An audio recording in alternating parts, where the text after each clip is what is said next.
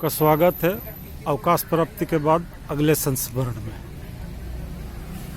गुणीजनों को चरण छूकर प्रणाम है और साथियों, मित्रों और बहनों को उचित आशीर्वाद और नमस्कार। आज का दिन शुभ हो। तो उसके बाद अवकाश प्राप्ति के अगले संस्मरण में अब गांव में हम लोग धीरे धीरे बड़े हो रहे थे और प्राइमरी में उस समय इतना भेदभाव नहीं था, क्योंकि कोई भी व्यक्तिगत कोई भी स्कूल नहीं था। व्यक्तिगत स्कूल था तो एक हमारे मास्टर थे, उनका बड़ा नाम था, वो मड़ई में पढ़ाते, तो मड़ैया स्कूल के नाम से था जहाँ लोग बच्चे जो है जाते थे, पढ़ते थे और वो बड़ी कड़ाई से पढ़ाते भी थे। उनका अच्छा नाम था मड़ैया स्कूल के नाम से।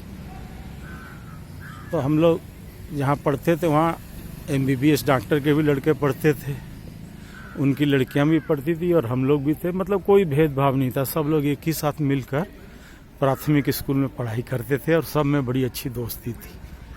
खैर, अब उसके बाद अगले चरण में हम लोग मिडिल में पहुंच गए। तो हमारे गांव में ही एक उस समय स्नातक तक की पढ़ाई होती थी, दोआबा राष्ट्रीय विद्यालय। उस समय प्रिंसिपल थे हमारे रामेश्वर चौबे जी। वहाँ जाके हमने 6वीं में एडमिशन लिया, वहाँ पढ़ाई शुरू हुई। तो गांव से हम लोग जाते थे तो बड़ा पेड़ था, कभी आम के सीजन में आम तोड़ते हुए खाते हुए जाते थे, कभी खेत का सीजन हो गया तो जितने मित्र थे जो हमारे समकक्ष थे या हमारी उम्र में बड़े थे, तो हम लोग खेत के किनारे किनारे से निकलते थे और कुछ किसी का बाल तोड़ना चाहे कुछ तोड़ना और फिर वहीं होरहा लगा देते थे गेहूं के सीजन में, चने के सीजन में।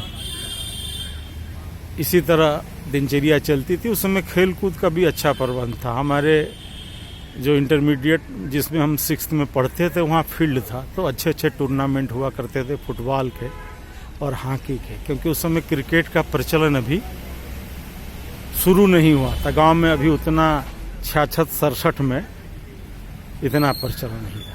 चलिए ठीक है, आगे फिर आप लोगों से आगे के संस्मरण में बात होगी।